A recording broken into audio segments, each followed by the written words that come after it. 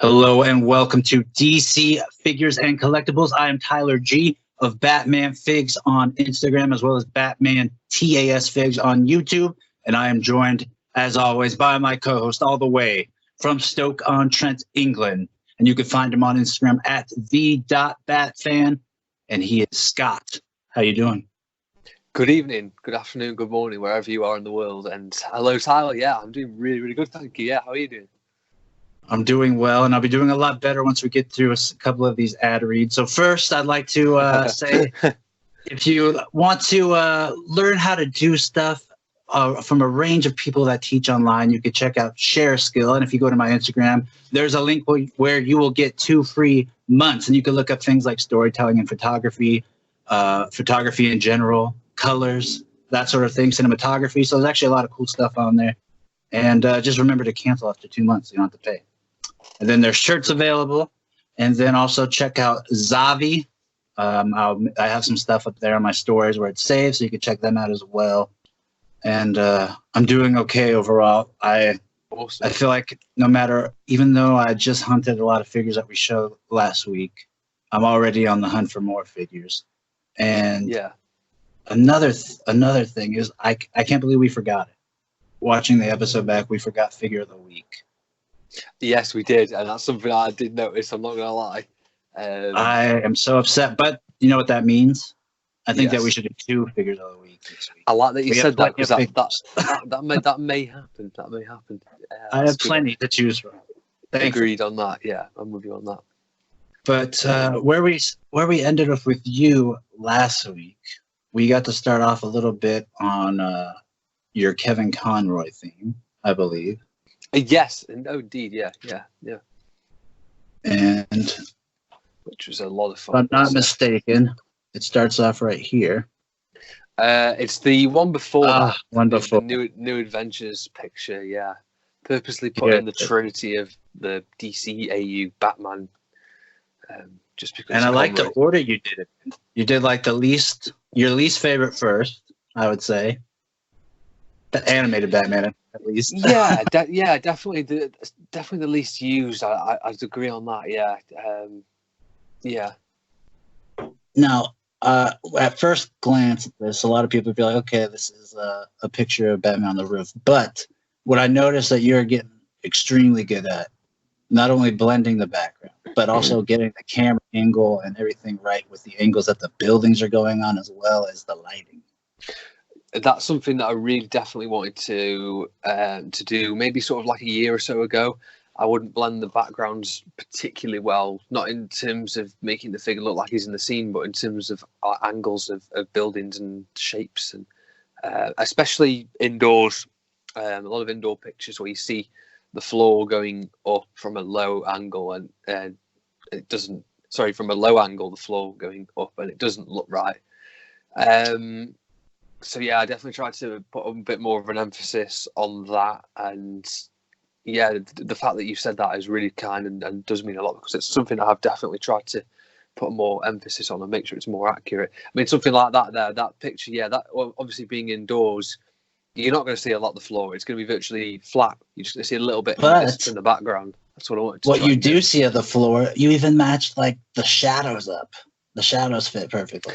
Yeah, again, just blending, and also something else I'm getting used to now with the camera a lot more is to make that background a lot blurry, sort of really reducing the aperture, I think that's the right word, and making it a lot more blurry in the background. Some of the earlier pictures, the background was a little bit more detailed and sharp, but now I'm purposely blurring it a lot more to make the figure sort of give the picture more depth and make the figure stand out a little bit more. And the figures you chose, these are all classics. All, like, you look at this and this instantly, there's no doubt about it. Animated series, like, you could almost look at this and think it's an episode going on. And even the Renee Montoya, that figure, that was one of the few of the Rogues or the only one of that Rogues pack that did not get released as a single carded. So even a flex right there. I mean, as we dubbed it, one of the previous episodes, she is the $1,000 figure that is stuck in a Rogues pack, which is quite a shame, really. Yes, and also Nora, she is frozen behind that as well, unless you want to pay $1,000 for her medication. Yeah, absolutely.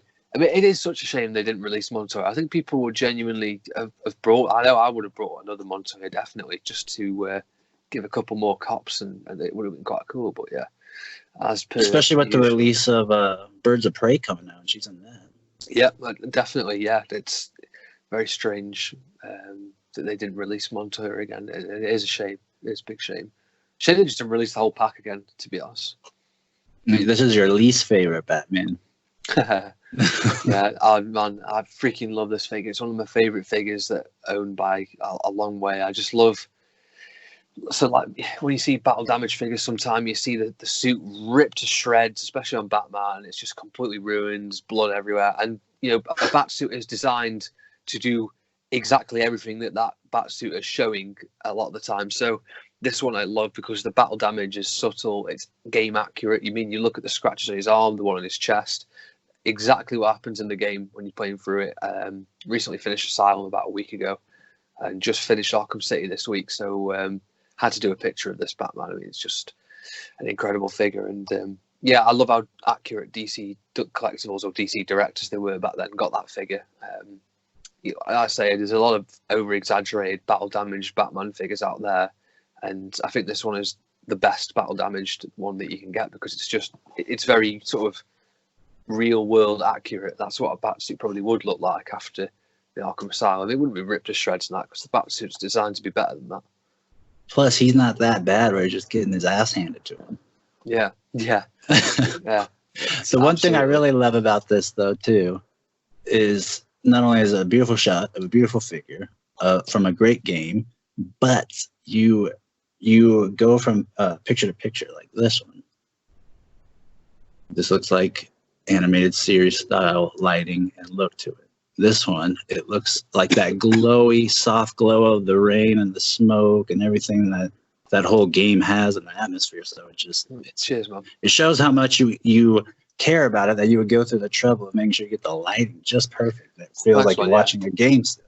Really appreciate that. Yeah, I really, really do because it's very kind and definitely use less lighting when it comes to Arkham pictures compared to animated pictures.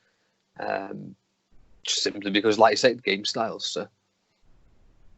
Now, this one, where we saw the first one, the new Batman Adventures, we saw one with the original yellow BTAS and Robin, and now we're getting a look at your favorite version of at least Kevin Conroy animated. Absolutely. With one of your favorite quotes.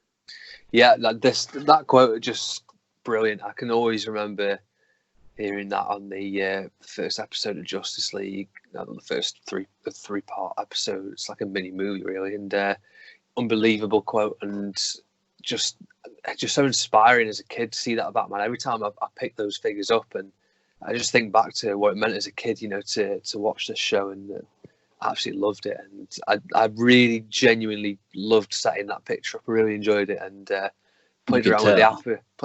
Thank you. I played around with the aperture again, made it look like a really big scene, even though it's not. And we were on about the GCPD Rose Pack. That building came really in handy for that picture. It was worth the money in the end. yeah, it was. And, you know, what I really enjoy about this one is just how the glow of the moon is even incorporated into this and it looks dead on like he's there. It doesn't even look like it's screen. It looks like it's part of the lighting. Thank you. Yeah, and I wanted to blend the building with that sort of like metal balcony. The metal balcony that you can see on the building is actually the screen, and I wanted to try and blend that. No way. It's just to try and make it look like it was overhanging a little bit. We'd not have been able to tell unless you said that. Yeah, I did. Because this is like, you can tell that's there, so you think, okay, maybe he has something else. Yeah. That's pretty good. I didn't know. Yeah, definitely really enjoyed that picture. This is a combination of a great game, a great ending, and also basically some of my favorite BTAS characters in Arkham mode, even though you don't know one of it is one of him all along. Yeah. But this is just so well done. And again, you got the perfect lighting. Look at all the accessories, the teddy bear. Yeah, this backdrop is from the steel mill in Arkham City, and that particular print screen that I took from the game, really, really nice. It's got a lovely sort of fog to it as well, and with the new camera, it really comes across. I've done pictures on like the iPhone 8 previously, and it doesn't come across as well in there naturally. I mean, it's not as good a camera as a proper one, if that makes sense. But you know, you can mess around with it a little bit more, and so that helps. And I mean, the figures do most of the talking in this because the figures are outstanding. So I used the rabbit hole Batman, put the Arkham Asylum head of Batman onto it.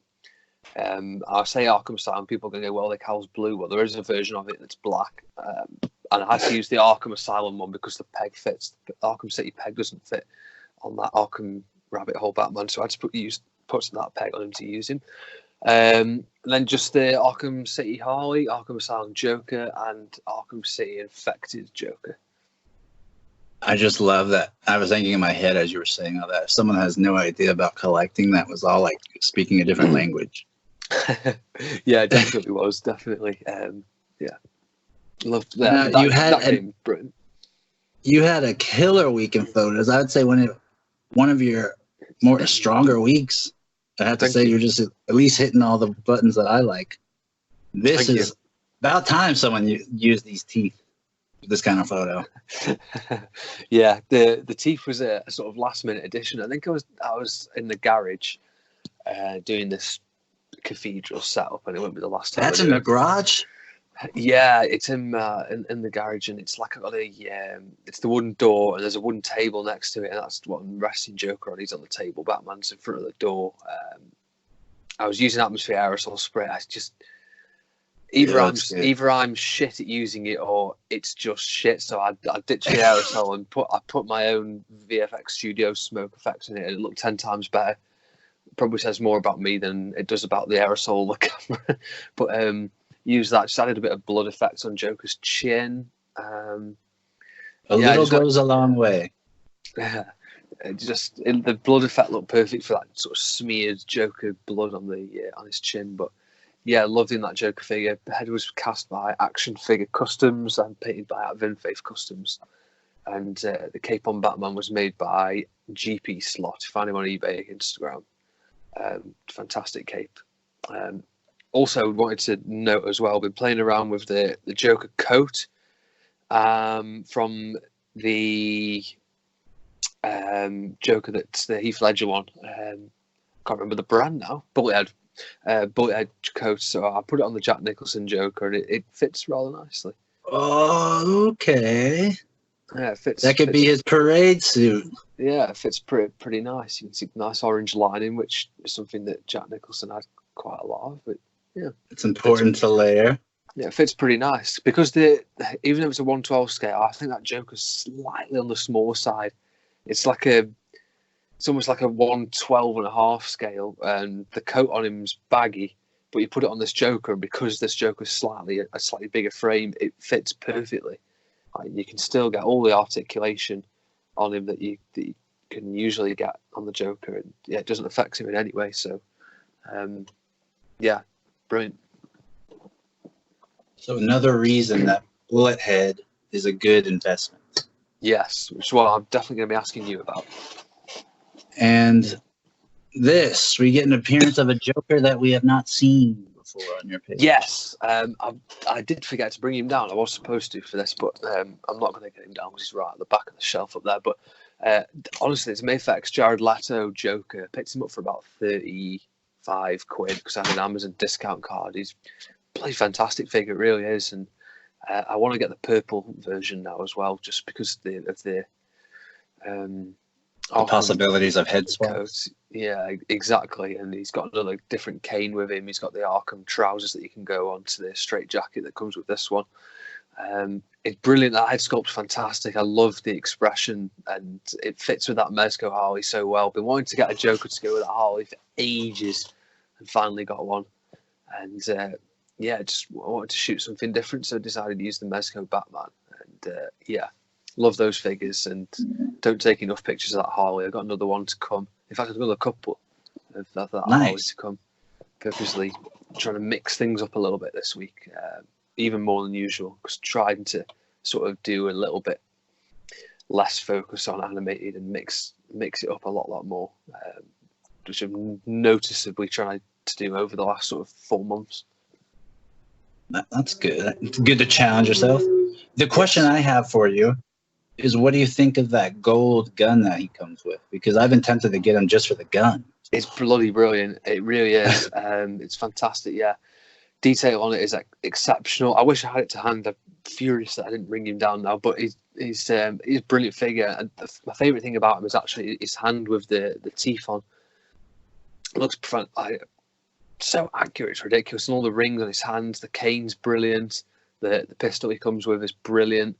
The alternate head sculpt he's got is fantastic, and I just love that laughing head. It fits with that Harley head so well. Both of them laughing together, it's just brilliant.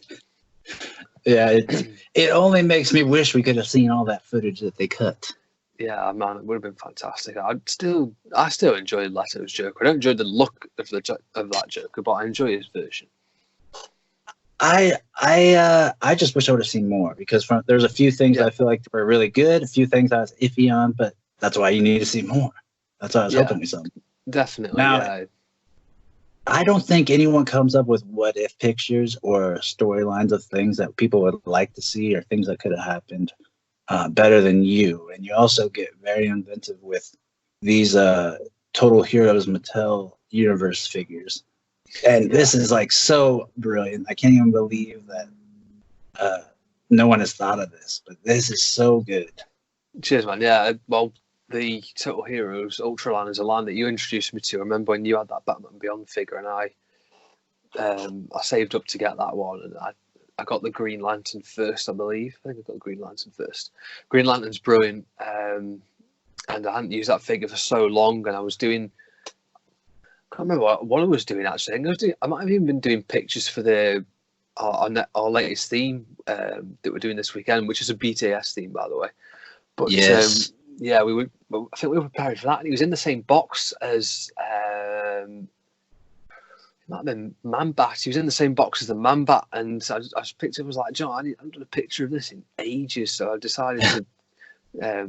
I really didn't want to do a Green Lantern picture because that, compared to the DC Collectibles one, it just looks shocking. So I decided to do this one and mix it up a little bit. And someone commented on it saying, "Oh, what's this from?" And some other guy replied to him saying, "Oh, it's from. I think this happened in a comic book." No, it didn't. It's my own idea. Stop trying to put a downer on my idea. This definitely did not happen ever. Yes, this is 100% all in Scott's head. Yes, and it would be cool to see, though. If Bruce Timm or Paul Dini are listening, please make it. And that's the one thing that is very enjoyable about people that take up this hobby, especially super fans like yourself, is we get to see things that I never even thought of using this, or even the possibility that Terry becomes a Green Lantern, even though we've seen Batman become Green Lantern before. So it's an awesome idea. It would be cool to see a Batman Beyond Green Lantern. That would be so sick. And then we're not even into the next theme yet. I just have to touch on these photos. Oh, he finally used this one, guys. He showed this stuff. That was about time. It was about time. He showed it off in a podcast. But that's another reason you guys should watch the podcast, because we always get little hints of what he's working on. Yeah, I did. It's nice to mix things up a bit. I always got annoyed when you got the Superman and Batman together in pictures, and there's too much red and blue going on there, so I decided to put Superman in the black suit instead, and have a bit of a Mattel and DC Collectibles mix up with those. I love that Batman, by the way. Amazing figure. I actually like it because it gives it a 90s feel, actually. Yeah, it's a beautiful figure, and I hope the bat suit's like that in the new movie. Really do. It better be. It better be. Yeah. Okay, now. Well, I like this one. And we have to talk about Titans because you have a big week coming up. Titans, yes. However, what you kind of talked, well, you did say it. You got the BTAS theme with Lewis of the Bat Collector. This is your first picture. Yeah. And why did you go with this? So Batman and Catwoman, I think, epitomise the show quite well. I mean, I'm not personally massive Catwoman fan or anything like that, really, if I'm honest. But I know it means a lot to a lot of people, so decided to start off with the Batman and Catwoman picture. The only thing I do that kind of regret is using that horrible Batman with the ab crunch. Wish I'd used a different Batman so it's a bit more streamlined, but I kind of had to use this one because the cape doesn't really fit very well. You'll probably know this on the expressions pack. Figure it doesn't fit well. I actually did not notice that, to be honest, because my eye was drawn to this and then to this because their hands are dangerously low. So my eyes circled around it actually. So good setup. That's good. Thank you. Yeah, that was another tricky one just for lighting, to make it darker in the background and also the framing of it. Oh man, this took freaking ages. It took about an hour and 10 minutes just to set it all up. Originally, I had Phantasm in instead of Penguin, but I thought, do you know what? I'm going to be uber technical and uber picky. Phantasm is not part of the animated series, so I ditched the Phantasm and put Penguin instead because I've realised I haven't taken a picture of Penguin in a long time, so purposely put him in. And just put in a few other rogues I haven't taken a picture of in a while, really, other than Scarecrow, I love. And yeah, put the Mad Hatter at the front of it because he's just really cool, nice looking figure. And he doesn't get enough love. No. I love all the accessories. You can tell what Scarecrow. Crap, Croc, right? No. Really? Which Croc? Hang on a minute. Which? Yeah, the new Croc. That's the Croc, and then the Mad Hatter. Mad Hatter machine. They've got the Scarecrow canister there as well, as you say. The Two-Face, the new Batman adventure bag. I put some newspapers in there as well. Diamond Select Riddler to get the mug. Yes, absolutely. There's like a table and his behind toys Scarecrow. In the back. Yeah, there's like a table behind Scarecrow. You can't quite see it, but sort of under Scarecrow's arm is Mr. Freeze's Nora orb or whatever it's called. It's globe. So right there. Yeah, so literally around the guy. You can't see it on the picture, which is deeply annoying. And the dynamite. Yeah, dynamite with the infection from Two-Face. So it's a feast of the eyes. Now, the one that I know is the hardest, and I give you the biggest credit for, is Man-Bat.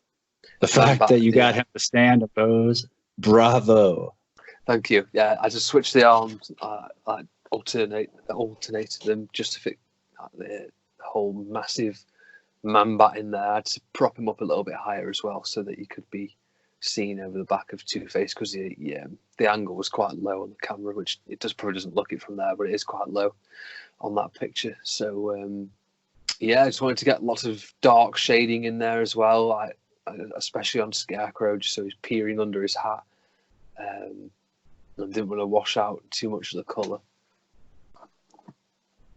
And Scarecrow has a very new adventure look to him with that peering look. Yeah, the adventure's brilliant. And this one I hashtag images you could hear, because as soon as you look at it and you see the quote, you could definitely hear Mark Hamill saying this line. Yeah. And this is one of your favorite episodes or favorite lines? Yeah, it is. It's one of my favourite episodes, and it's honestly so good. I just love that line. It's brilliant. I think it's one of the first episodes that really encaptures the series brilliantly. I mean, Christmas with the Joker was pretty special. But when we're talking just a sheer Batman v Joker battle, not surrounded by any sort of grand occasion, it's just a battle of them two in a scrapyard. It's just brilliant. It really is. That's actually a good point. Yeah, it just sort of sets the scene for their sort of relationship throughout the series. It really does. And enjoyed doing that one. It was tricky. I've done a few different shots from the last laugh, but definitely wanted to do that one. Now, any hints of where we've seen the next pick that's coming from, or is it a Scott invention? So the next picture will actually be from this episode that we're going to be reviewing today, which I'm very excited about. So for once, I can actually include the episode picture in our theme. It fits perfectly. It's fantastic. Hey, I never minded though on Monday when you do it. People remember. It'd be nice. People that were partying. It'd be nice to do a bit of a crossover for a change and do some cool mix up. Yes. And I'm looking forward to see what part you did from that episode. Yeah, well, I'd certainly excited to see the crossover, which I think by now we can all not worry about spoilers and just say how awesome this moment was. Yes, and I actually put this in my notes and I put down DC wasn't afraid to do it, and they do it better than Marvel. Absolutely, yes, absolutely. Because Marvel spent these years setting up TV universe for Daredevil, Jessica Jones, all these other characters, and they didn't even bring them in a crossover. DC did. Yeah, I still can't believe that they did it, and fair play to Warner Brothers. And I actually think it's a very, very, very clever move from Ezra Miller. So, you look at Justice League, a lot of people criticised him, slated him, didn't like him, and didn't fit the role. And they've just announced that the Flash movie is going to come up. Some controversy with that, and very, very clever idea to get him on there, get some fans on side. Yeah, so it was a very smart move for him to do that. Yeah, it's very clever, and good for Warner Brothers too. That you said it perfectly, and it also reminded me of people and fans saying how unfair Grant Gustin, I think that's his name, he should be the movie Flash, and he's already playing Flash. That's unfair. Why do they have to go with another person? And even Grant back then gave us support. And I think this is just both of them giving their respects to each other. It's also a smart move fan-wise. It basically broke the internet. That's like all I saw on my Explorer feed were these videos and images. And we were talking about it like a while back with all the stuff that they show up front and all the stuff that they teased, and it kept getting bigger and bigger. We're like, what else could they possibly do? And here it is. We saw it. Yeah, so I had to recreate this. Yeah, I think they like the CW just show they don't have to compete. They can be the same, and fantastic. Really, really enjoyed that, and a great shot too. I don't want to spoil the whole crossover, but I have to say that Green Arrow even does it better than Iron Man, and it's a TV show. It's a TV show. It makes me cringe seeing Iron Man.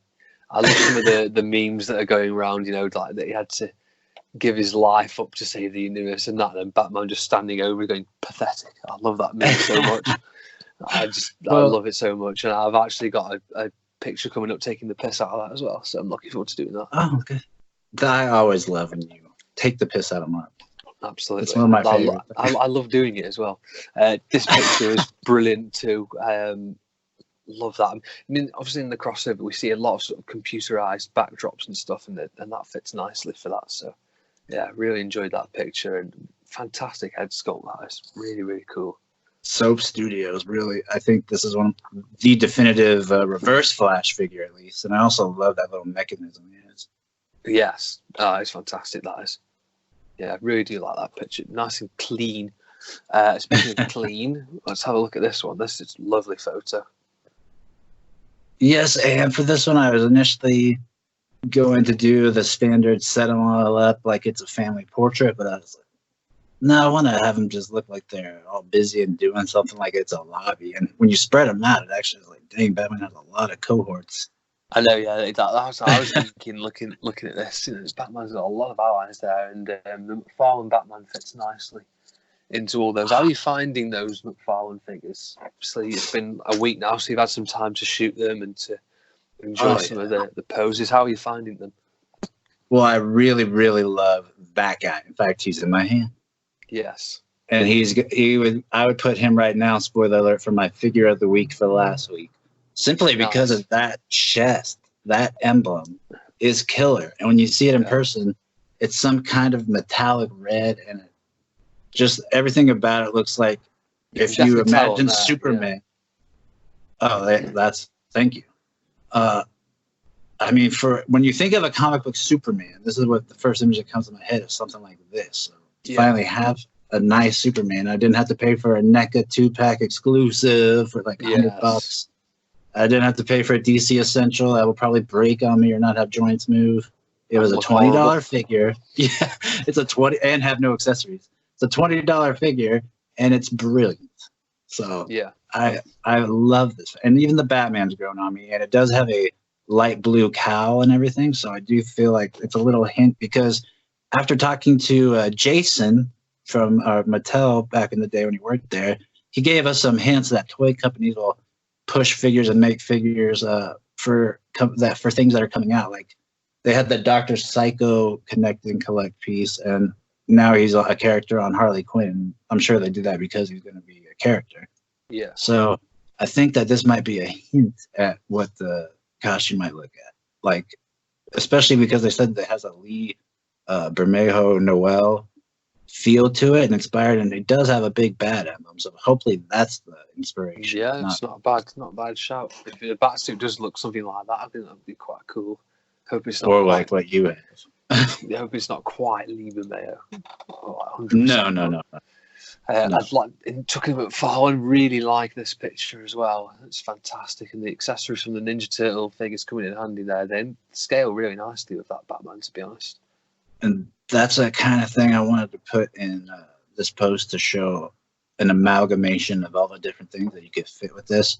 And like we talked about, the scale might be 7 inches. I was going to say 7 feet, but yeah, I feel like if you mess with perspective and put things in the distance, it really doesn't matter. And I wanted to put a couple there's DC Turtles accessories. There's a few accessories from the original DC, the Man Bat even, with the pills. Yep. There's a Diamond Select book there from Helio Strange. There's the Batmobile on the back, and of course the Batcave. And so I just want it. He looks good in it. He looks like he fits in with the universe. And I think that I put in one of my posts yesterday. I feel like this could be a perfect in-between time where it's the comic book, the Batman Adventures, where Batman's in between, where he's starting to get big. So I think if you could make him fit in, you can make him fit. Yeah, you can. And just give an idea of scale. That's a lovely picture. I love that one. That's one of the few ones I really like, just because I've got my whole animated Bat collection right there. Yeah, it looks really cool. I think it looks brilliant. And I know you said it's like a sort of mash between the original animated colours with like the sort of New Adventures body. And I think that's definitely true. And I've seen a lot of people moaning still about the McFarlane multiverse. Get over it. I love it now, though. I don't care. Yeah, it's not going to bring Mattel back. Get over it. I'll like every one of your comments that you trash it. It's hilarious. You're stuck with them for 3 years, so get over it. But and look at McFarlane on their first Batman figure. They have double knee. It only took DC Collectibles almost 4 years to release a figure with double knee. So yeah, exactly. And, you can whine all you want. I think it looks cool. I like it. Yeah, I can't wait to see what you do with them. Hopefully you get them quick. Thank you. Yeah, looking forward to getting them. And I wanted to actually say a massive shout out to Star Action Figures, because pre-ordered the Hellbat, Armored Superman, Harley. That was the Batman Who Laughs. And yes, there was another one, and I can't remember who it was. I've absolutely no idea. There's another one. It wasn't Batgirl. I can't remember who it was. I have no idea. But I pre-ordered 4 of their figures. In fact, no, that was it. Yeah, it was just those 4, and got 20% off for pre-ordering as well. So massive shout out to Star Action Figures. They were already pumping. They were already reduced, and then I got them for about 15 quid each in the end. So really pleased with that. I couldn't believe it. It's a fantastic deal. So yeah, shout out to them. I mean, Multiverse over here is usually like 25, 30 quid. So 15 quid each. I couldn't believe it. Yeah, Star Action Figures. I mentioned them before, but yeah, big shout out to them again. And talking to new action figures, I wanted to pick up on this guy as well, the Vita Vendetta figure from Bullethead. What do you make of him, and how are you enjoying that figure? It is a grail figure for me to have. It's instantly become my favorite figure. It's my number one figure. Nice. even though I am a Batman page. If you've ever seen this movie, you know it's a brilliant movie. If you haven't seen this movie, I'm jealous of you because you'll get to experience it for the first time at least once in your life. And it is a brilliantly done movie. Everything about it I love, the cinematography, the story, the acting, and I'm so happy that Bullethead finally made the articulated figure, because NECA had one they released years ago, but of course NECA back in the day didn't care too much about articulation, so he had very limited posability. So the fact that Bullethead, not only are they making great figures like the Joker one, but they're making figures like this, and I highly recommend you get it if you were ever on the fence, because it's a new company, which I was until I saw people actually posting about it and doing reviews. I didn't want to touch it, but now I'm very happy I did. You're surprised at how good they are. I mean, they're not amazing. That's not going to get away from that. They're not amazing. They've got a lot of room to improve, but that's obviously going to happen. But I think for a new company starting up, it's not half bad. Both that Joker and the Vendetta are bloody good figures. You know, I mean, you don't need to buy one to know that they're pretty good figures. And like I said, sure, there's room to improve on, but you look at some of the early Soap Studio stuff, early Mezco stuff. You know, it wasn't, the most incredible stuff you're ever going to see. But now they've improved, and I'm going to probably say this sort of figure and the Joker figure are probably better than their early figures. So, obviously doing a lot to improve, which is good.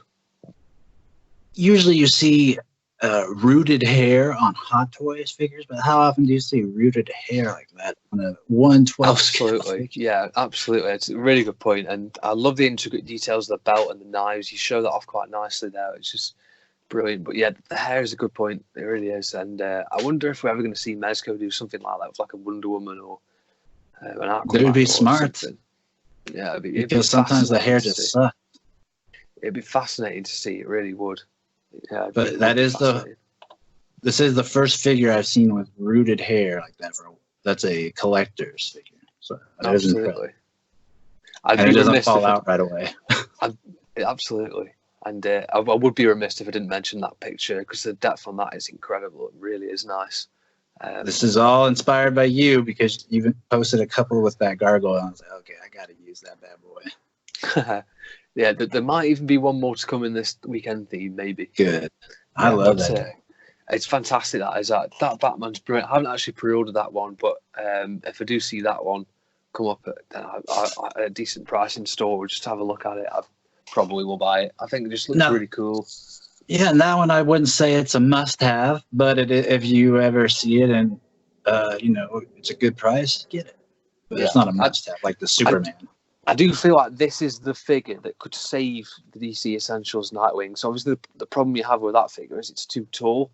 You buy that Batman, he instantly gets a little bit taller than that Nightwing, and the Nightwing still fits in with other figures like Red Hood and stuff like that. So I feel like that Batman could save some of the good Essentials figures, because you got like the Red Hood and Nightwing, for me, are the two best that they've done from that line. And the Joker, actually, should point out the Joker. He's brilliant. Yeah. You love that. No, you love that figure.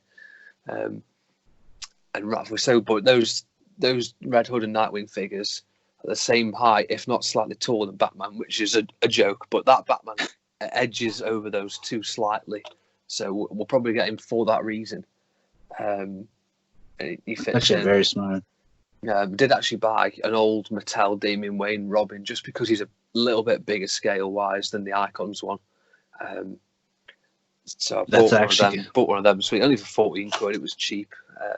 So I got one of them just so that I can get something like this kind of Batman and use him with that Nightwing and Red Hood. And yeah. Was the Robin you got the one with the Court of Owl mask? No, it was a slightly older one than that. I think it's like a DC Classics Robin. It has like a sword signature or something. Yeah, something like that. Maybe even older than that. It's one of those ones. It comes with like a red gripped boomerang. Yeah, something like that. Yeah, I know. Yeah, it's quite a cool figure, that one. But I really do like that picture. Nice and sharp as well. How are you finding the camera? I haven't found the other picture as well. That one. That's lovely and sharp. I really love it. especially for things like this, because it just picks up everything, like the little folds in one of her little horns, and you can see the fold in her ear, and you could just see what I do like about different figures, and especially when they take the time to really sculpt well, is with different lighting, and when you shine it in different angles and different things, you get different reactions or different looks of reactions. Yeah. So this one I thought it was a nice little swarmy smirk, because if you saw the latest episode of Harley Quinn, there's been some redeeming qualities lately that I really enjoyed. So I've seen a lot of people enjoying that. It's gotten good, and that's what I was hoping for. Because like we talked about in the first couple episodes, we're like, okay, hopefully they're just trying to be like this to get an audience or shock value, and hopefully it gets better as they find their footing. I think they're doing that. I really love that Harley Quinn figure. Really do like it. Like I said, that's one of the ones I pre-ordered, which I was surprised about. I never ever thought I'd order a comic book Harley Quinn, because. And you've said on the show you're tired of her. Yeah, I have. Yeah, honestly, really surprised at that figure. And last episode, you even showed off the figure arts one for the new movie. So. Yes, we're going to talk a little bit more about that. There's some more pictures come out of it now. It looks really good, and it's only £50. I couldn't believe it. I mean, say only, it's still expensive, obviously, but for an import figure, it looks that good and made by such a good brand, and came out of nowhere, that one, because we've been saying for a while they haven't done a DC character, and by their standards, a fairly long time. So it's good to see them do a Harley Quinn. Yeah, it looks good. But I'm sort of waiting a little bit to see what the multiverse one's like. But we'll probably get the figure arts one, just because it scales better with the Joker, especially now I've got that Leto Joker. True, and I mean, how often are you gonna get an import figure that looks that good? And you remember how their first one looked. That isn't like a Mayfax or a Mezco. It's gonna be $100. Right? Yeah, the head sculpt on that original figure arts one, I think it smashes the Mezco one. I really do. The Mezco one doesn't. It looks good, but it doesn't look like Margot Robbie. Whereas the figure arts one, I really do think does. That's the one you've got, isn't it? Yes, and it comes with 3 head sculpts. Yeah, I see. I think that one looks really, really good. It was like a serious, closed mouth smile. And like the smile that you showed in the picture with the big mouth. Yeah. So you get really a lot of options for only a $50 figure. Yeah, definitely. I think it's really, really cool. There was one more picture. Where on earth has it gone? I wanted to ask you about. There we go. Clayface picture. I really like that one. I experimented around with some mirror pictures myself, but this one's brilliant. I love the little Zatanna touch there at the corner. That's brilliant. Well, there's another touch that I had to add, because I thought, what would Scott think if I thought of this and didn't do it? And it was the little container down there. Yeah, I love that. That's brilliant. I had to, because it's like, Scott, I thought of it, and then I was like, doesn't really look like it. It's like, no, I'd be letting Scott down if I didn't do it. I think it's brilliant, man. I really enjoyed that one. I was getting the itch for BTAS, and so I had to do this to scratch it. Well, this is what I was going to ask you. When are you going to be doing the episodic posts again, or are you going to be doing the episodic posts again? If I do start, it's going to be next month. I'm going to take at least 1 whole month off. Yeah, I don't blame you. And I'm going to start pretty soon here, probably writing out and trying to think of ideas, the top previous posts, and just planning them. And I never usually do that, but I want something all encompassing. I want to really knock out if I do it. Yeah. No, I think that's good. I think that's sensible. Like I say, you've done it loads of times now, so to refresh it up is difficult. Not because of creativity, really. It's just because you've done it that many times. So obviously, it's going to be more difficult, and to keep sort of repeating and improving is always the challenge, isn't it? I guess with toy photography. Yes, it's the reason Seinfeld only had 9 seasons, because after a while you can't top yourself. So. Absolutely, yeah. Yeah, the same goes for Arrow, I suppose you could say. They went out with a bang. I'm so glad. I can't wait till you see all that. But yeah, it's been good. I mean, I've been placing emphasis on it, and I can tell you have, but just to be a little bit more diverse with pictures and do some different stuff for a change, and photograph figures that you might not necessarily first thing to do. Because of you, yeah, I have a Mando pick planned. I got even a few Marvel picks planned. Nice. I'm gonna try to bust out a few things before I start up on a familiar road. Yes. Now, we've talked about you, we've talked about me. Let's talk about some DC figure news and something that we've been talking about a while and that we've loved to use in order to take the piss out of Mezco was finally announced on 1/12 day. And that was the pre-order available for the Mezco Batman 89 figure. And did you get one? I did get one, yes. It was nervy, but I got one. It was nervy. I was standing at the front of the shop at work. If there's anyone listening who's employed at my shop, then I sincerely don't apologise. I stood at the front of the shop and was on my phone and just desperately trying to get one. It was really horrible, but managed to get one in the end. It took about 5 minutes, but got there. Did you get the sign that said we're extremely busy right now and all that? No, luckily not. It just took forever. It just wouldn't load the page. And then finally I got to the basket and there was 2 in my basket for some reason, so I had to take one out, which got a long away. And then that happened to me. Yeah, it's incredibly annoying. So you got one too, right? I did not. I had it in my basket 3 different times, and I just wanted to hold off because of that rubber suit. I just want to see what people think of it, how it moves. I figure I'm about to pay another $20 to get it, but after seeing if it's worth getting, it's not that bad. Yeah. But I do want to see how it moves in that rubber suit because I've seen people with the Hot Toys, and it's basically a really nice statue because you can't move in that rubber. Yeah, I think it's a valid point, and yeah, for me personally, I don't mind the suit not moving too much. It's the legs. You've always got to be able to move the legs. Walking poses for me are an absolute must on any action figure. I can accept some, especially some of like the older figures, like the DC Direct stuff. I can completely accept figures. So, like for example, this Batman figure here, he has no articulation virtually at all, but you can just do the subtle sort of leg move like that, and it just makes him look like he's walking that tiny bit, and that's what I like to do in pictures. So for me personally, I know Lewis said about the Bat Collector, and you yourself, you're very articulated based. I think just from your pictures, I'm probably less so. I'm pretty basic and boring with things. I like sculpts more than articulation, and I think that's really important. So just for me, so long as the legs can move okay, I'll be all right with it. But equally, I do completely understand you're paying what I think I paid $169 all in, because obviously I'm living in the UK. International shipping ruins your life every time you go and try and buy a Mezco. So you want to understandably have good articulation. There's a lot of people out there that do it, and I understand the want and desire to have articulation. It is important, especially now when companies are charging that amount of money. You want it to move. But personally, for me, I prefer looks of a figure. But there's nothing wrong with either one. It's just opinions. Yeah, and I don't even care too much about articulation, but what I do fear is the like with the Mr. Freeze, the animated Mr. Freeze, is when the amount of times you move it, if it will tear or get some fraying. Like that's kind of stuff I fear for how expensive it is. Yeah, absolutely, and you rightfully mentioned Mr. Freeze, because that is a big problem with him.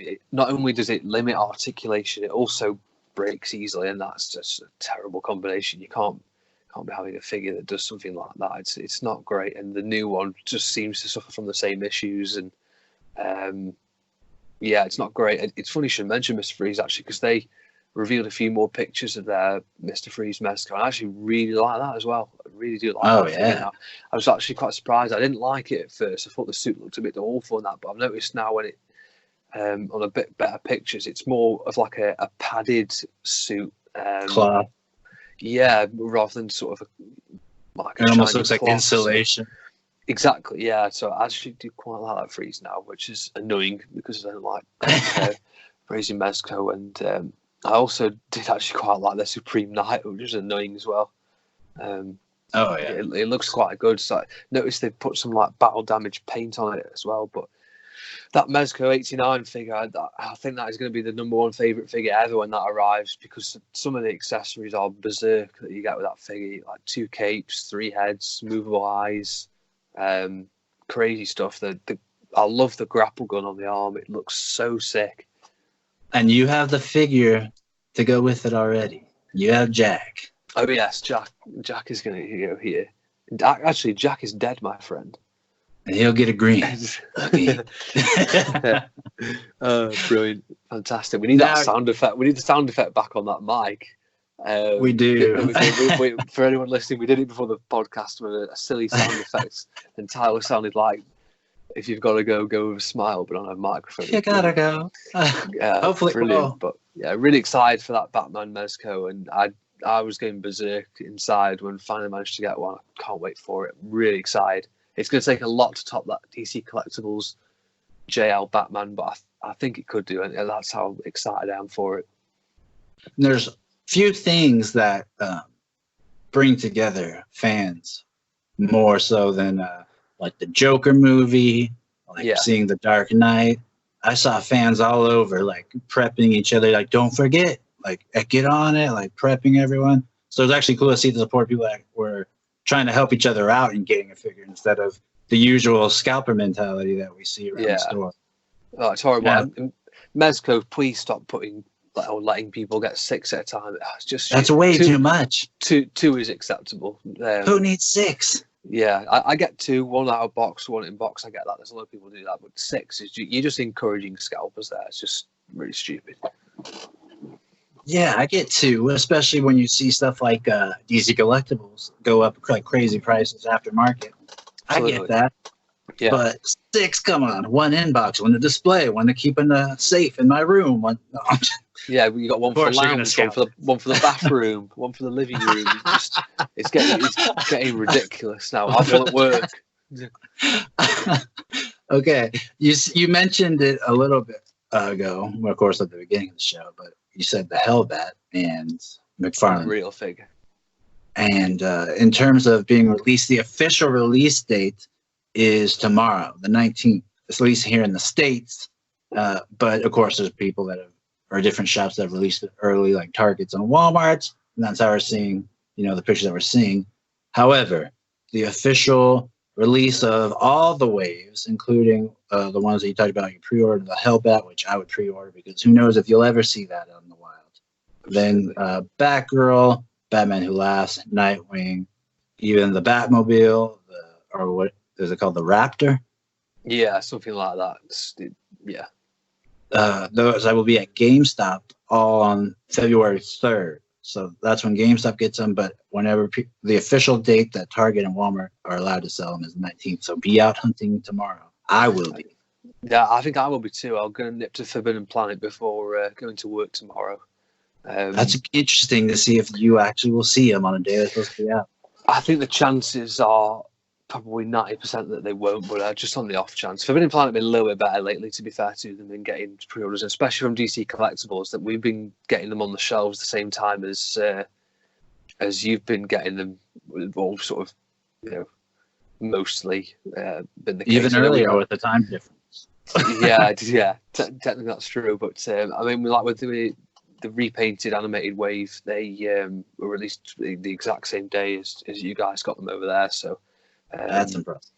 But I doubt we'll see the McFarlane ones. I think McFarlane have just been chucking them out as soon as they're made, whereas DC Collectibles sort of worked to a release date more. So I reckon we won't see them just quite yet. But like I say, hopefully we do see them. They're up for pre-order on Forbidden Planet's website. I believe the dates are a little bit later from them though, but I'm still going to go in store and have a look anyway, because sometimes they do things like put a more cautious release date online, and I'm going to. You could be walking into a treasure trove tomorrow. Could be, yeah. You never know, do you? What you're going to get until you arrive there. But they're saying like 6th of March on most of these, 28th of February for the Nightwing and the Superman and the Batman. So it's all changing all the time. It was 12th of January. They then changed it to now. What is it's February? So yeah, they're always mixing up, and they never know what they're quite going to be doing next. Forbidden Planet. So, but hopefully they've got them in. Who knows? It's worth a try. And that's why it's hard for me to even trust release dates, because so many times I see release dates and I'll go to the store and see figures that I'm not even supposed to be seeing. So, well, it's very rare I'll actually pay for a pre-order, and I've done it 3 times in a week from 3 different sites. Well, not in a week, in a couple of weeks. That just make sure you can trust them is all you're going to say. Like Star Action figures, bought from them before, bought a lot of DC icons from there, so I trust them. What else? Comics and Cocktails, one of the best UK websites you can possibly get from. Kapow Toys, amazing. And obviously pre-ordered the 89 Mezco, and they're not amazing. We all know about that. They'll probably, it says September to November. We know it'll be December or January. Oh, January, yeah. But, yeah, those 3 UK websites are brilliant, especially Comics and Cocktails. They're fantastic. Now, another new licensed DC company that's been a lot of figures are starting to drop, and I've seen a lot of people actually buy, is the Spin Masters. Yes. And I think that the one thing that they did that's smart about that is not only are they more a basic figure, even though they have a decent amount of articulation, but they're also a 3 3/4 inch figure. So it's also a different scale for those that are more into that scale. Yeah. Plus, they already made a really sick looking Dark Side figure. I'm even tempted after seeing the Dark Side. I've seen a few of these ones. Is that the one about the King Shark and stuff like that? Are they the ones we're talking about now? I can't quite. They're the ones that have like the accessory on the left that says a mystery pack. Yeah, that's the ones. Yeah. And I've seen a Man-Bat, I've seen an Aquaman, a Dark Side. So they have a good variety of characters so far. Yeah, there's some pretty nice ones. I've seen the Man-Bat as well. I quite like that. So if you are into a 3 3/4 inch, or if you're mainly a 3 3/4 inch like Star Wars collector and you don't want to go through all getting more diorama stuff, you can just start doing the Spin Master collection. Yeah. I think it looks pretty cool. Yeah, it's pretty nice stuff coming out from there, and I've noticed Mattel have started putting more and more emphasis on these Batman Missions figures as well. I've noticed some of those later ones that came out with more emphasis, because obviously the multiverse line was dying out. I thought it was quite interesting. But yeah, there's been some pretty cool stuff come out over the last week. I think when we look back at 2019, if we're talking in terms of actual releases in that year, I don't think it was very special. I think the Mutant Ninja Turtles line was good, and then there was a few individual good releases, but there wasn't much out there. But 2020 already is looking pretty awesome. A lot of cool stuff coming out this year already, and we're only 18 days in. I mean, it's crazy. So many cool stuff already. I feel like just figures flying out of everywhere, like from Mezco. Obviously, we talked about the McFarlane stuff. Even DC Collectibles have got some cool stuff coming out this year from the Avengers Continues stuff. So I think there's a lot to look forward to, whereas last year it wasn't really that exciting, particularly. No, because there were so many times where it was like lackluster, where you got something you're like, released for DC fans, because Marvel fans, I'm sure they loved all the Endgame figures, 30 Captain Marvel figures, all of that. I'm sure they enjoyed that. Or the 40 different variations of Iron Man. But DC figures, we got like coolest figure I would say we got in 2019 is the Batmobile, at least for animated version. Batmobile with that Batman, and that was just like, that's okay. There's nothing that already I'm more excited and getting blown away by the figures we're seeing from McFarlane Toys than anything I saw last year. Yeah, agreed. Yeah. So 2019 was like an off year for DC collectors. Yeah, it kind of was. It wasn't the best. It really wasn't, and there wasn't an awful lot, I don't think, to look forward to. You know, there's a lot of Mezco Batman variants, but I wasn't that excited by them, to be honest. Not really that bothered. Although the only thing I did buy one of the Sovereign Nightheads. I just bought that off eBay. Oh, okay. Quite cool. The guy even very kindly chucks in the grapple gun for it as well for free, which is really kind of him.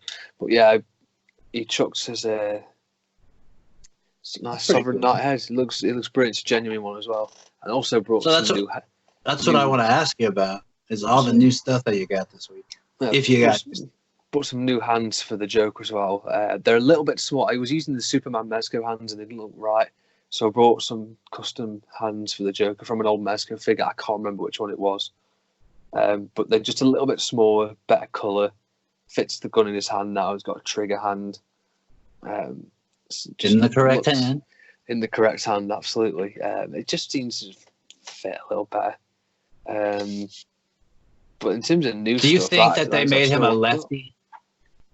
Do you think they made him a lefty based on the last scene where he blows off Murray's head because it would just be awkward to reach across for the shot? It wouldn't surprise me. Genuinely so weird. Genuinely wouldn't surprise me. Yeah. Well, knowing what we know now actually. For photography, I feel like knowing the stuff we know now, that could be the whole thing. It's like, we can't have him do this because it blocks. I genuinely love to know in what order they filmed the movie. So whether that was like they knew they were going to do that scene, so they filmed that first, and then they obviously had to go back. Shit, we need to use a left-handed now because we've done that. Who knows? But it's very cool. But I mean, in terms of other new stuff, obviously talked about the pre-orders that we've done. Yes. I did also buy. I mentioned it last week, and this is a bucket list thing that I've finally brought. I've been saving up a little bit low key to get it. Finally got the Arkham Knight Hot Toys Batman. It was about time. Took the plunge to get that figure.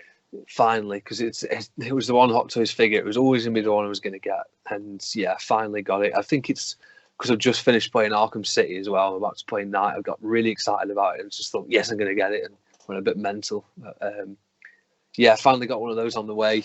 Looking forward to getting it. I'm gonna be taking a lot of pictures of it. It's going to be an interesting challenge, being a different scale and everything. So many people have said to get one, and so many people have said not. How long before you're due to have it in your hand at your house? Well, I only brought it yesterday, so we're probably looking at maybe sort of Tuesday, Wednesday next week. Hopefully Tuesday or Wednesday, but I reckon probably Thursday. Okay, because I'm already looking forward to those pictures. Yeah, definitely looking forward to that. So many people have said not to fall into the Hot Toys trap, or it's going to be difficult because it's a new scale. But the more people say not to do something, I'm more likely to buy it. This is always the way with me. I'm a bit awkward like that. I enjoy being awkward. It is fun. It is fun, but purposely wanted to do that. But so how are you looking for? Do you think you'll get the Joker? It's inevitable, isn't it? I think Deathstroke will probably be next for price, but that'll be months. Oh, he's so sick too. Yeah, Deathstroke probably just because of the price. But yeah, have you been picking up some new plastic or thought of any new plastic you want to get? I've been trying. I've been hunting. I've been looking for that Hellbat. I want him badly. He looks cool. And the Joker that laughs, that's a must, and I love the Batgirl. It is. Yeah. The Nightwing also looks really sick, and I don't have the essential one, so I'm probably just going to pick up all those, and then afterwards I'm going to be like, I got a picture plan for him coming up. He is really sick. And I keep telling people, like, yeah, if I see a figure that I don't have from the McFarlane line, I'll get it. And then everyone they're releasing, it's like, I don't have it. I just think it's an outstanding head sculpt. Look at that thing. That is an outstanding DCAU John Stewart head sculpt. I mean, it kicks the ass of DC Collectibles one. It's outstanding. Yeah, my cousin messaged me unsolicited and was like, I like that Green Lantern's tone of green better than the other one, too. Yeah. The brightness of it. Yeah. It's just an absolutely phenomenal figure. I'm just gutted the hands aren't black. The hands should be with gloves. They're just really annoying. But yeah, it would make more sense because putting on that gun accessory comes with scratches off the paint. So they just made it a whole black mold. That would be better. It would be better. I might even paint the hands, actually, come to think of it. But yeah, they look really cool. And yeah, that GL, such a nice figure. It really is. I just love the expression on his face. That proper, angry, gritty John Stewart face that we see in JLU. Yeah, I love it. Absolutely love that. Which makes him the perfect companion for bats. Yeah, it does. It really does. And yeah, as you talked about the accessories, there's a picture of the accessories and the idea of the scale with Darkseid as well. That is a big Green Lantern, but he looks phenomenal. It's a big Green Lantern, but the only thing I had big enough that would look imposing next to him is the Mezco. And another reason why that shows this is the best Universal Darkseid figure. Yeah. Because this guy scales without anything, minus a hot toy. Unreal figure, isn't it? That I'm kind of a little bit gutted I missed that out of the figures for last year because it is an exceptional figure. Shouldn't be overlooked, really. But yeah, it's phenomenal. It really is. And as long as you got him, you didn't miss out.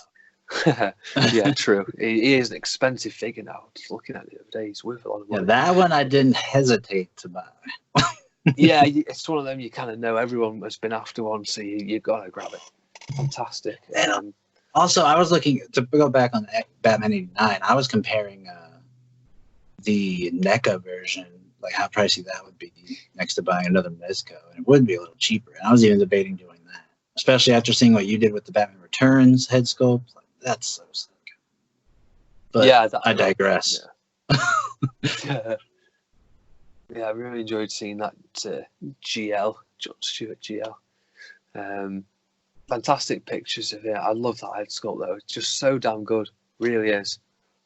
Outstanding. I'm hoping that I have more answers next week. I'm hoping I find stuff as soon as tomorrow morning.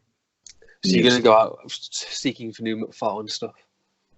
I've been up at every morning at 5 a.m. since last week.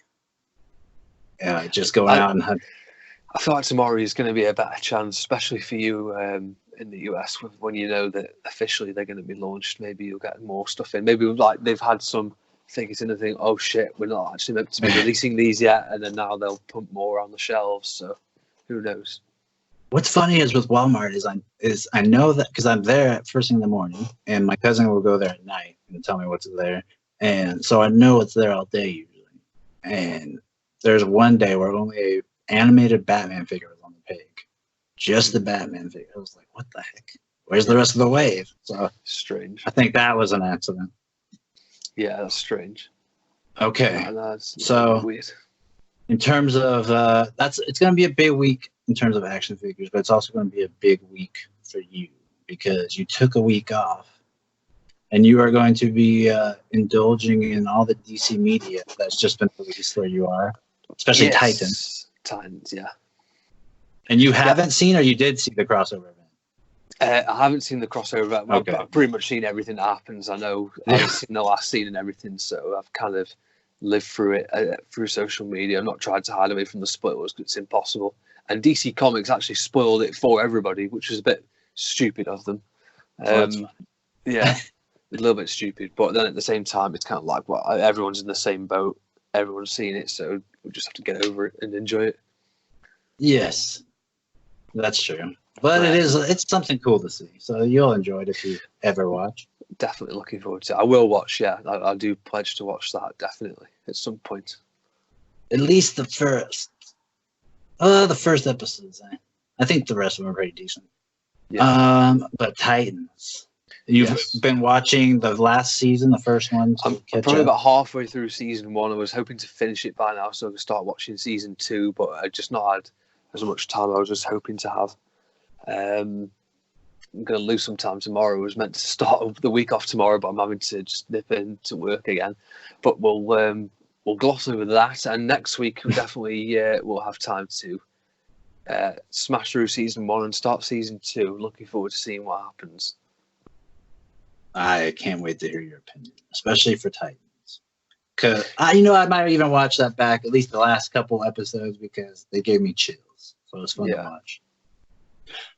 And then do you think that you'll ever get like a NordVPN, or if DC Universe actually goes to worldwide, do you think you'll indulge in Harley Quinn, even though you're not a big fan?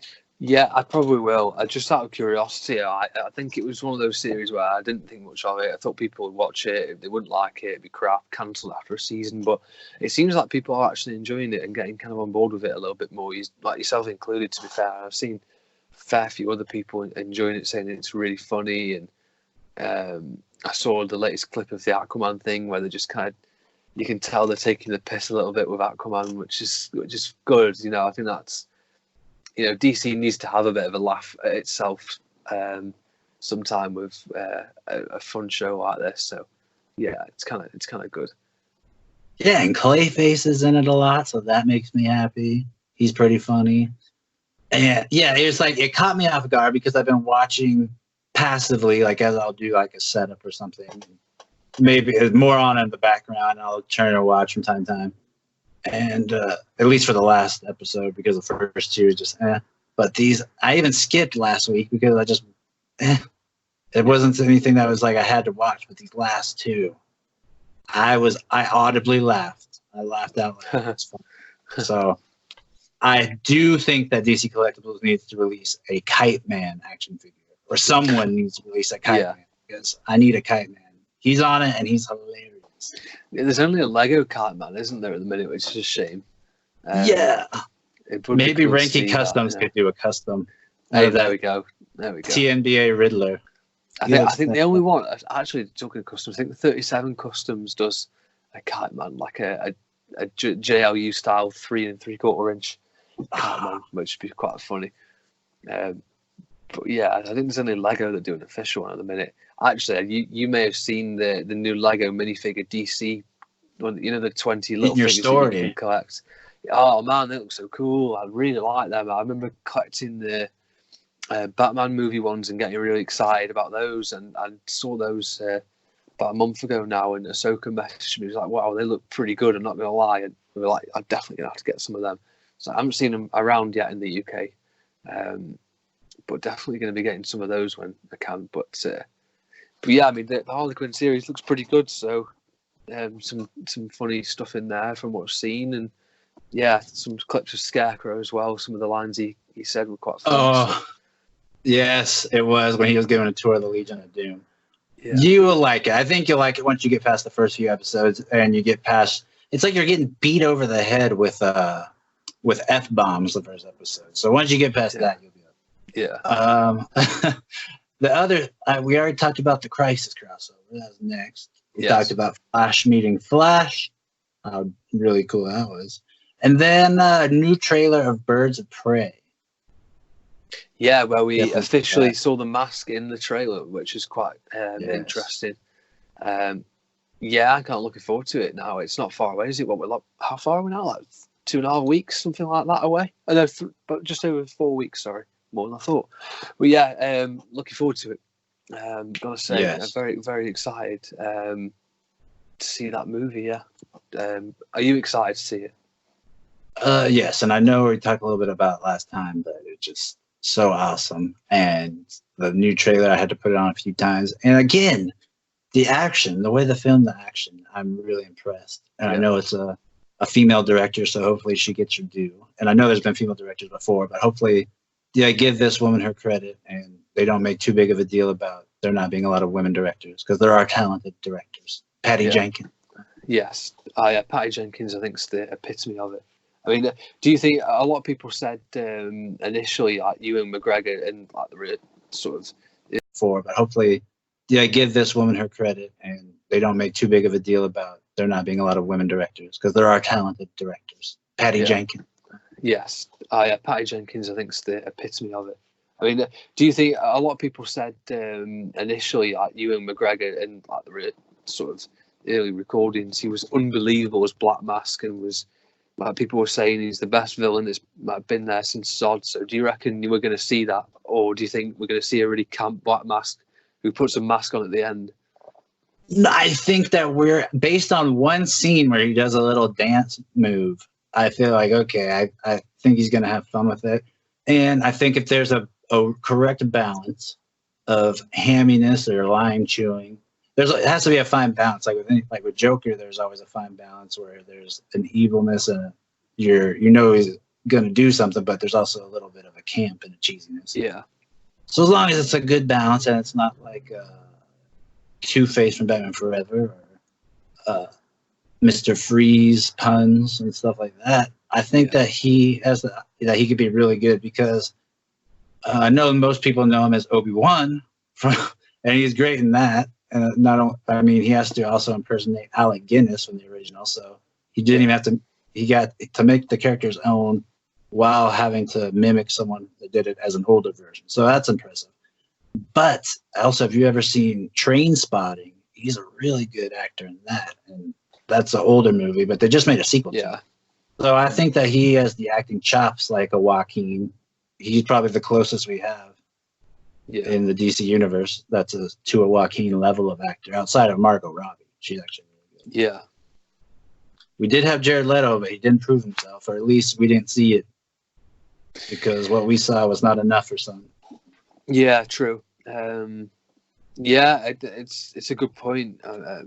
Those two probably are like the sort of leading lights in that movie. And then there's a lot of sort of more unknown actors and actresses. So yeah, I think it's going to be very interesting to see what he does to bring his own take on Roman Silence. It's a different way of doing it. Obviously, we're all used to that sort of gritty Arkham Origins crime boss sort of Black Mask, and now at first we feared it'd be a camp Roman Silence dancing around and all this colourful stuff, but I think he does actually look a bit more serious. The Black Mask was quite good, so yeah, kind of excited to see that. I do hope that if he does have the campy giddy side, that it's opposed by a quick snap on the edge of a dime, angry and kill someone in Under the Red Hood, or just on a snap, just kill someone. That would be cool. But I also, you kind of reminded me too, I really do hope that he doesn't border on that Tommy Lee Jones camp. Yeah. Too much. That would be scary. Agreed. That would be a catastrophe. But so far, what I've seen, camera-wise, color-wise, and action filming-wise, where it doesn't look lame that Harley Quinn's fighting, it actually looks like she's legit. I think that it looks good. Yeah. But we'll definitely be covering it. Agreed. Yeah. Oh, absolutely will. Yeah, definitely. Now, speaking of things we cover, it's time for the BTAS episode of the week. We haven't done it in a while because we've had a lot of stuff to cover. There has been, yeah. We had Kevin on for the top 5 of the year, and loads of exciting stuff that we've been up to lately. But it's time to return, and we head to Japan for this week's episode. Yes, and the one thing that this episode has, it doesn't have a lot. I don't think it has a lot of depth to it. Really, it's a very straightforward episode. Especially, you would need to know a lot about Night of the Ninja to have a big grasp of what's going on here. Yeah, definitely. What is your take on it when you first? Yeah, I think it was definitely a purposeful attempt to get Kyodai Ken a little bit more depth and to give that character a little bit more meaning. And I think it also told a bit of a story about Bruce's background as well. But we obviously saw a bit of it in Night of the Ninja. But in this episode, we get to actually experience Bruce being back in Japan and him sort of, using some of the language and his experience there. And we see how at ease Bruce is at being in Japan as well. So that's true. It's quite interesting to see that. But in terms of first impressions, when you see the title card of this episode, what do you think? It's just not one that you tend to want to watch. Agreed. Yeah. I mean, you see that volcano. I mean, I put it in my story to advertise the episode. You wouldn't really think it's very Batmanish, would you? I mean, no, it's not particularly striking as a Batman story straight off the bat. Yeah, and if you watch it on first watch, overall, I don't feel like there's a lot of depth there. But if you're a Batman fan, like what you said, it is refreshing to see Batman in a different country. It's nice to see him speaking a different language. We know he's smart and that he can, but we actually get to see it in use. And even the accent as well. Yes. And we also get to see Alfred in different outfits, which is nice. Yeah. He gets to wear a kimono and a white suit. And a white suit, yeah. So where we first get taken is we see a young lady training in a dojo. And it is of Yoru Sensei, which is we've seen in the Night of the Ninja, was Batman's sensei. He taught him everything, at least in this art. So after we see her practicing, and she's really into it, and all of a sudden she looks over her shoulder and she sees Kyoto Ken who we know it's Kyoto Ken. She just sees a ninja, and he knocks her out, or I think, or so, she gets put to sleep somehow. Yeah, he knocks her out. Then he carries her out, and before he leaves, he makes sure he throws a ninja star with a note, basically a ransom for the sensei. Yes. And then next we see the same. We see Yoru, the old sensei, calling Bruce Wayne and saying that he needs his help. And basically, we get that he's alluding to that he knows Batman and Bruce Wayne are the same person. And Bruce Wayne basically tells Alfred, we're going. It's about, I don't remember the word he says, but he says, I don't know. He says some word. And I guess Alfred says it means honor. And so basically Bruce is saying he wants to go because he honors his sensei and he wants to help out. Yes. So what do you think about all this? I think it's a decent start to the episode. It's quite interesting, and I mean, it's kind of obvious what Kyoto Ken's up to. He just wants revenge on Bruce, so we kind of gather that. But yeah, interesting to see where the story takes us. I think it's quite exciting when we see Batman goes to other places. I mean, we haven't reviewed the episode yet, but the early Ra's al Ghul ones, I think they're quite exciting to see Batman in different places of the world. And this is the first time we properly get to see it.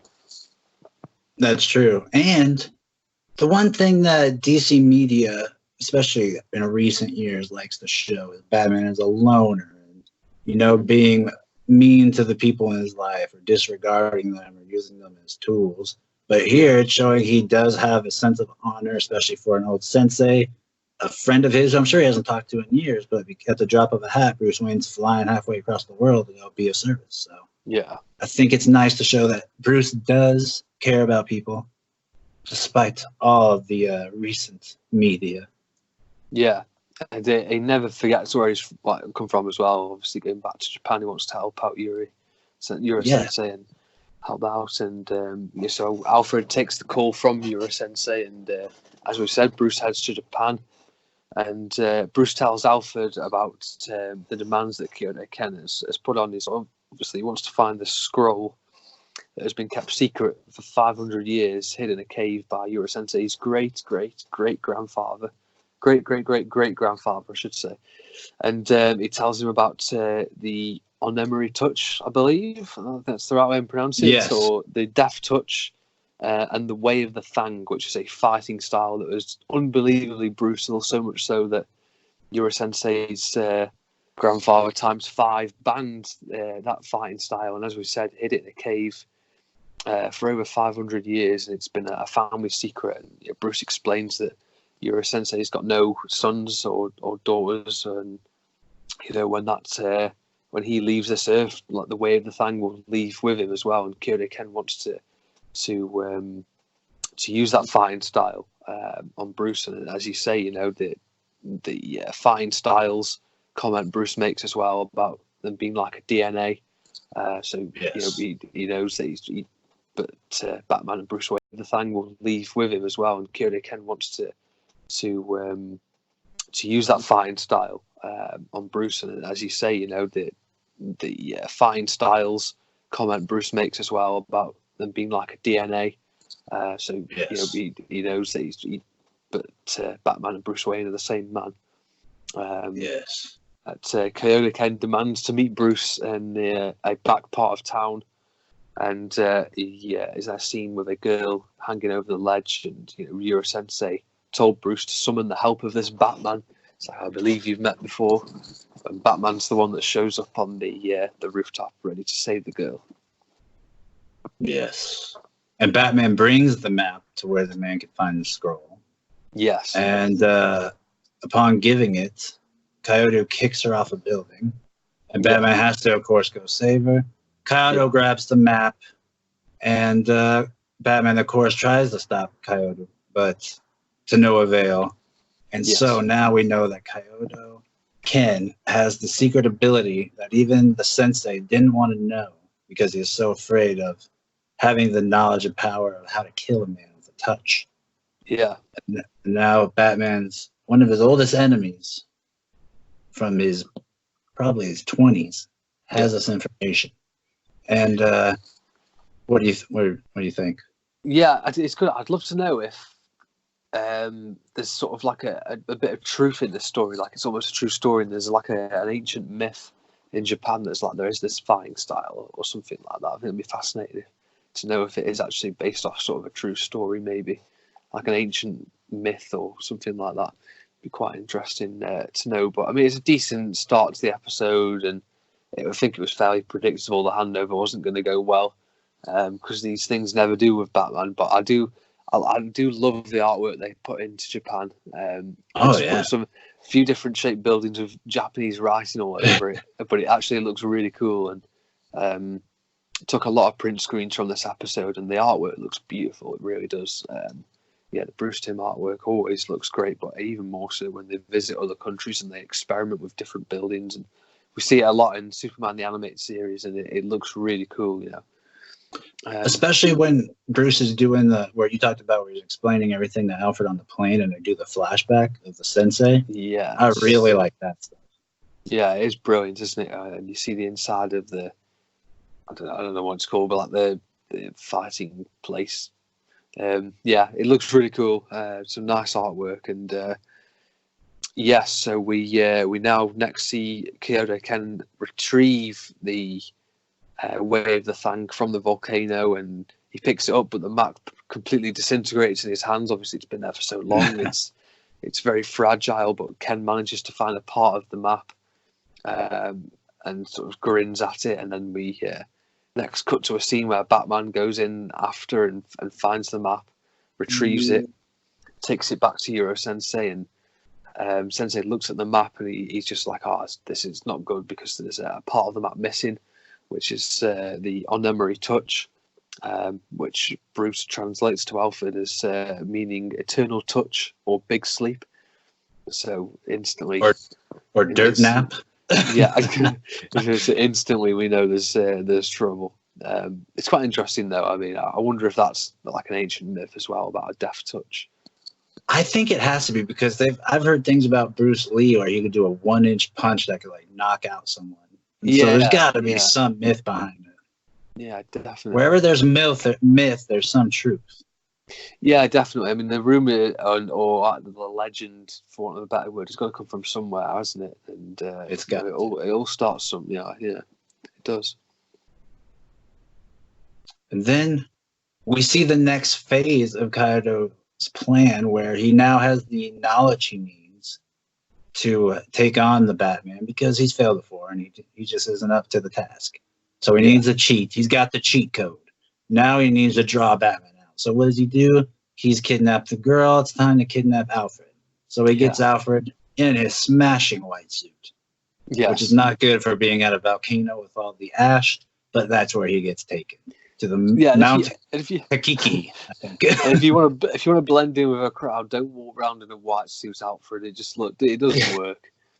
He looks too posh. It does, yeah, way too British in a place like that. It's not. Can't be doing that, Alfred. Poor. Well, from there, Batman he basically tells the Sensei he's going to go meet him, and that's what Batman does. He goes and finds Kyoto Ken at the base of this volcano, and Kyoto Ken is like taunting and mocking, like, "Oh, didn't see you. You would have made a great ninja." And Batman's like, "No, I'm a samurai," because that's the more honorable way to go. And so then, because he says that, Kyoto Ken plays upon that and says, "Oh, why don't we face each other in the open then, like samurai?" So Batman takes off his cowl, and Kyoto Ken is unmasked, and they are fighting each other in the base of this volcano. And Batman gets the touch of death, the touch of the big sleep, and we think that he has failed. He even gives out an anguishing yell, and we later see that he, in fact, went and saw Kyoto Ken's apartment in order to find where he would be going, and he saw a dummy, like a martial arts dummy, that had a soft spot in one spot, and so he figured that had to be the touch, being the detective that he is. Very clever. I do like that. And he did a very 89 touch, very Batman 89 thing. It reminds me of. So, what do you think of that? Good, yeah, I do like that part. It's pretty good. I love the bit when he goes into Kyoto Ken's apartment and has to look round. I like that scene. That may or may not be the scene that I've done in the episode picture. I hope so. But yeah, so it's pretty cool. Yeah, I quite like that bit. Probably one of the better parts of the episode. And then yes, we reached the big finale where Bruce and Kyoto Ken fight on a volcano. Which is quite interesting. He's like, "Oh, we could have chose a better location first. The volcano may claim us all, and the volcano is beginning to erupt." And yeah, as you said, Kyoto Ken tries the death touch, but Bruce gets up, fights him, and then the volcano begins to erupt massively, and Kyoto Ken refuses the help from Bruce, which is something that Yura Sensei has massive respect for, because he said at the end of the episode, Batman is the essence of samurai because he offered to help his opponent. So he fought with honor, helped his opponent when he was in great danger. Batman would be good to remember that. Absolutely, yeah. You'll do well to remember that, Wayne son. But yeah, Yura Sensei has massive respect for Batman for offering to help his adversary. So yeah, I think that's good. I like that. Now, what I do get a feel of, and if you ever watched a Western or an old samurai movie, it tends to be a slow burn, very slow in the beginning, especially like a fistful of dollars, a few dollars more, the good, bad, and the ugly.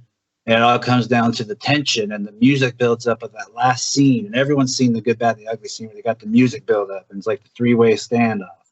And it builds that tension. I do feel like the beginning episode and sitting through a little bit, it's not boring. It's just not incredibly interesting at first.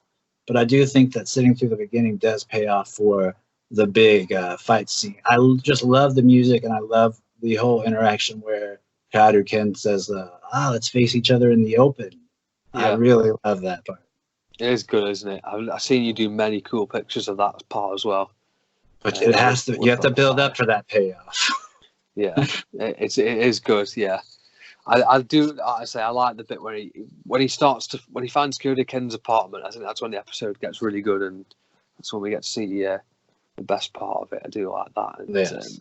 I like Yura Sensei as well. I think he's a good character and just shows that different side to Bruce as well, and gives an idea of where he got all his martial arts training from, and you can see how good Yura Sensei was, and that was quite cool. So you get to see a subtle background to Bruce Wayne, as well as seeing a sequel to Kyoto Ken. Maybe another thing that Christopher Nolan nicked for his movie, for Batman movies. Yes, yeah. Now, with this episode ending, what do we have next on deck? Do you know? Next up, I can't remember what the next episode Terror in the Sky. Oh, okay. So that not a bad episode, not a great one. Basically, good off the nostalgia of On Leather Wings. I got cat scratch fever here. If we're going in running order as the next one. I'm going up DC Universe.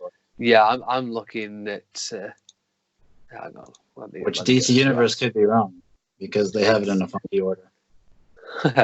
So yeah, Laughing Fish was the last one we did. Then we did Night of the Ninja Justice. It is Cat Scratch Fever that's next. Oh, I thought we did Cat Scratch Fever. Didn't you? Oh, hang on, no. Remember I did the snow one? I am looking at the wrong order. I was looking at Night of the Ninja. Yeah, it's Terror in the Sky next. You're quite right. That was a live error from me, one of many. So yeah, Terror in the Sky. I did that this morning. I was looking at Night of the Ninja. Yeah, you're quite right. Terror in the Sky. I loved your picture of Cat Scratch Fever. What do you mean we didn't? Yeah, Terror in the Sky is next. You're quite right. And yeah, it's decent, that one. Because I know we're creeping up on one of your favorites. What is reality? Yes, can't wait for that one. We've got a few good episodes in between though, especially the one after Terror in the Sky. Oh wow, amazing episode. But Terror in the Sky is going to be cool, and maybe a good chance to use the Bat Cycle as well, since we get to see that in that episode. And a Man-Bat figure. It's so rare. Yeah, it is. Now, What is your figure of the week? You get 2, Scott, because we skipped last. Well, I'm glad we get to, because doing this theme has made me realise how much I enjoy these 2 figures. I hate those figures. Specifically the Robin, who's got a backwards R.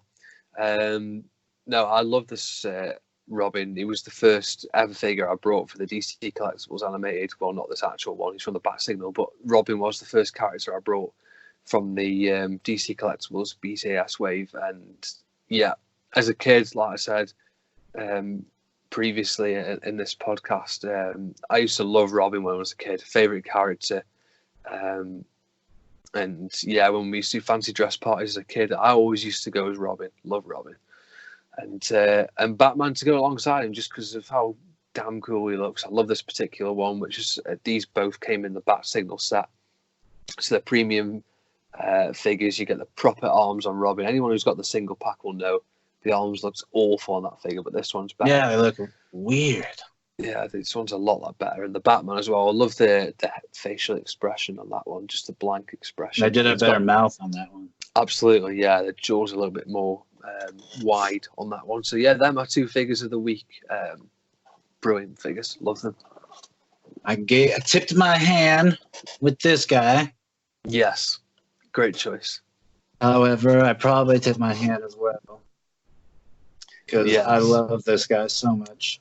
Awesome and choices. Again, if you haven't seen this movie, I implore you, go watch it. Especially if you like Joker, it has a lot of the same themes. Only he's not a bad guy.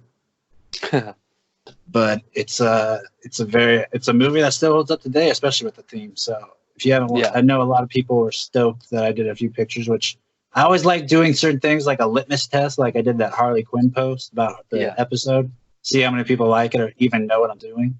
Yeah. So it's nice to see different fans of things creep out when you do different things. Yeah, it is. Yeah. Which I'm interested to see the response you get from your pictures coming up.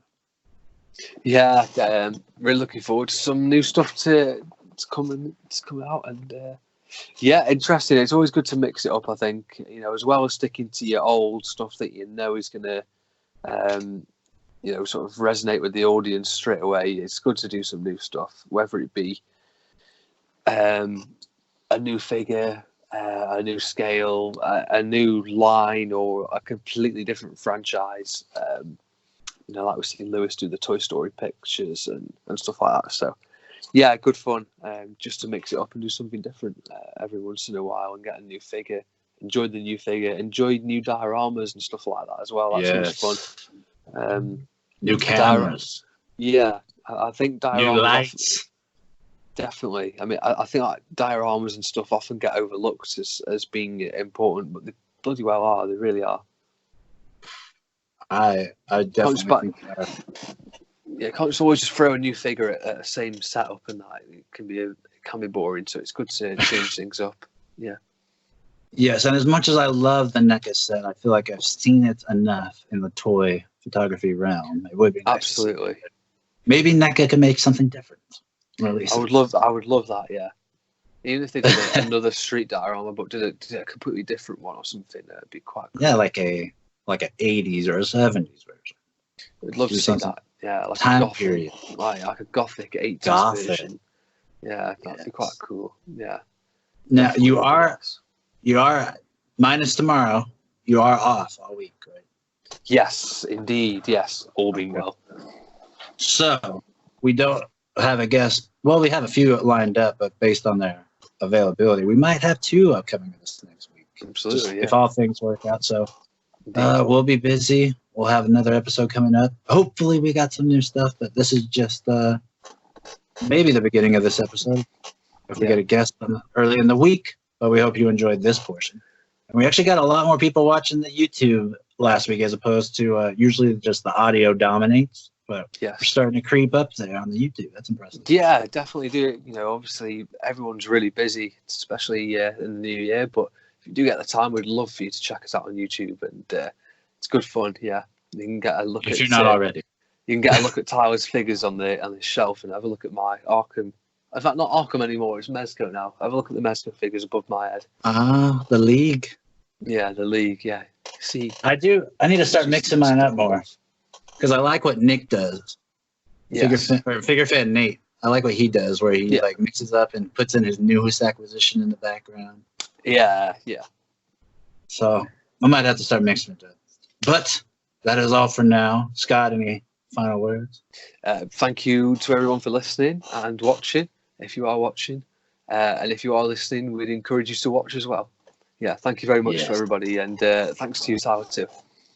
No, thank you. This definitely takes a lot of stress out of my week. And also, it's less painful if you watch on YouTube because we got better lights now. So it takes a little bit of havoc off.